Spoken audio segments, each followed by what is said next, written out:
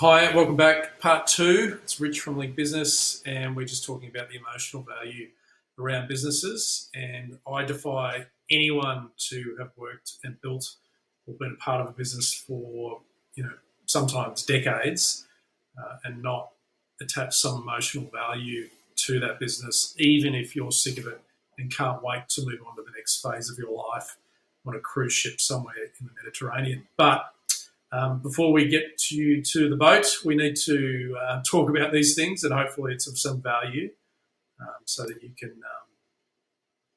really understand, I suppose, part of the process. So the emotional value is really what's left after we strip out all of the financial components. So everyone has a crazy number to walk away from the business, and once we, I suppose, at least in your head, once you understand that, take away the financial value, the fair market value that we might help you with, plus any private benefits of control. It could be travel, cars, that type of thing within the business.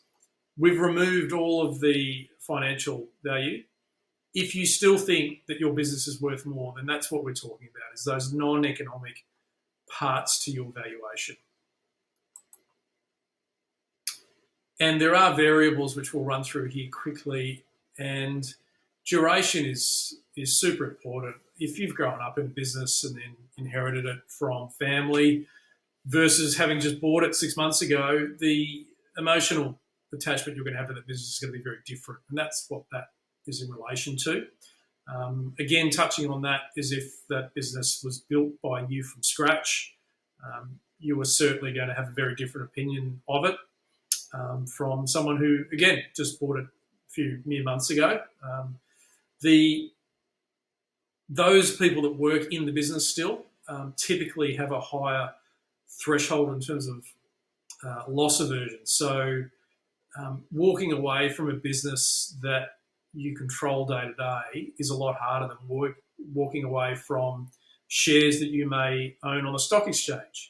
And likewise, if your business has management in place and you don't need to go there, then it is a much easier thing to walk away from. So that is an important factor for anyone in business. Emotional benefits of power and prestige. Autonomy is massive. A lot of people get into business in general just for the autonomy of not being told what to do. And a lot of buyers that we see coming through the doors are literally ex-corporate people who want more autonomy. And that's an important factor, not only on the buyer side, but also on the vendor side. And challenge. So if this has been a lifelong challenge for you, then obviously you're going to, put a higher emotional value on this business than, someone who was gifted, for example. Family is important if it's a factor for you. You may have parents, cousins, siblings, kids coming up, that type of thing. So just be aware of that and have those conversations. The overlap with identity is important. If it's pretty much all you do 7 days a week, you're going to have a lot harder time severing that relationship than someone who works in the business part-time. So that's just common sense, but it is important, and you need to ask yourself where you sit. The endowment effect is it's actually really critical, but no one ever talks about it. The business that you own, if you had to buy that business today, you would put a very different value on it when you're buying it than when you're selling it. Same person, same asset. The only thing that changes is you being the owner. And this is true for everyone. It's true for houses, it's true for cars, it's true for any asset. There's a lot of not only behavioural theory around this, but evidence as well. So you can research all this you like, but just be aware that you probably, if you were buying this business, you would value it very differently from when now that you're selling it. And not to stop too long here, this is again in some more of the background behavioural theory that we look at. So we've touched on autonomy, power, challenge, and that's really important for buyers. And it was often, if you present that opportunity to buyers, then a lot of people are really looking for that. You may be at a different point emotionally where you're exhausted, you're sick of it, you're sick of the responsibility, you're over the isolation, because running a business can be very isolating, as opposed to staff who often make friends within a business. Quite often, if you are responsible for potentially having to fire someone one day, you may be a little bit more standoffish, and understandably so. That's a professional approach to anything.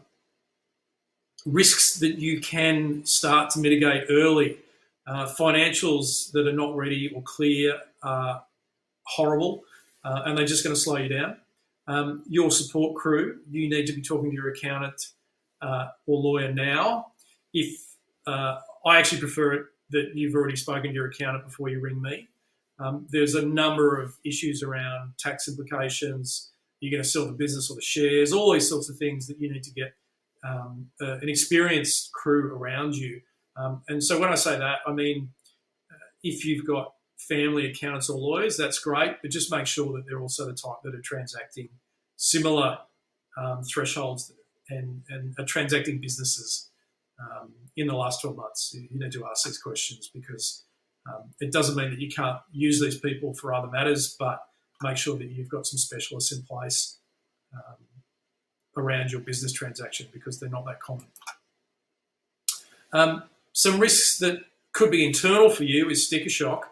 Look, we've had this, so we need to talk about it, which is that your life's work is now being appraised, and that can be a bit of a shock for some people. That's the reality of it, though, unless you want to be tied to the business forever, is that if you want to on-sell it, there is a valuation that buyers are going to give to your business, and it may not be the same as yours. Please honestly ask yourself how much identity is wrapped up in the business, because again, you're looking at severing that, and we'd rather you have those honest conversations with family and friends and colleagues prior to the actual deal. What have you got to do after it? I mean, if you've got cruise ships lined up for the next 24 months, fantastic. If you are going to expect to walk home sometime in the near future and have no plans, then that could be difficult for not only yourself, but for people around you. A lot of business owners have strong connections within industry and friends. So that's, it's a great part of business, actually. And just be aware that, this is what we're talking about. And again, you can't tell everyone about your plans. There is some secrecy required around that, because you don't want to damage the asset that you try to sell. But some people, obviously take some, not offence, but, they're a little taken aback with that when they find out. But just be aware of that. That's going to come. Again, this is not to discuss with Link. All of these videos are really to give you some background. So talk to fellow directors or your spouse in relation to what's the significance of the business for everyone involved and family. What are the pros and cons? When do you want to do this? I mean, if you're not going to add much more value in the next year or two, maybe just get on with it. If there are some big things happening, well, then maybe it's worth waiting. So we're happy to have those conversations with you as you need us. And what does life look like in the future? Obviously, if you're talking to us about a sale, then you're starting to make these visualizations, but really have a good think about it.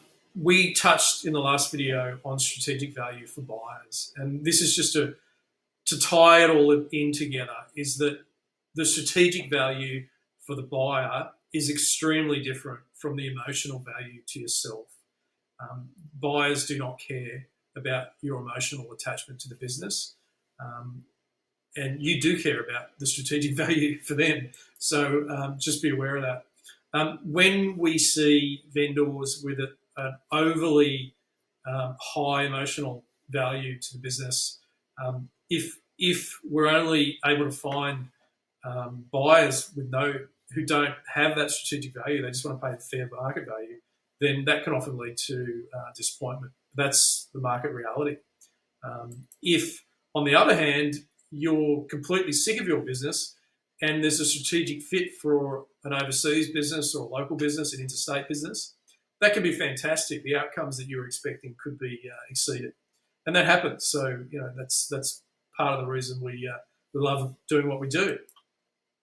But where we see most transactions taking place is where we find that middle ground, where there is strategic value for a buyer, and where the vendors are aware of the emotional value to the business, and we're able to find that middle ground and have those conversations, discuss those scenarios with both parties, and find a deal in there. And that brings us to the end.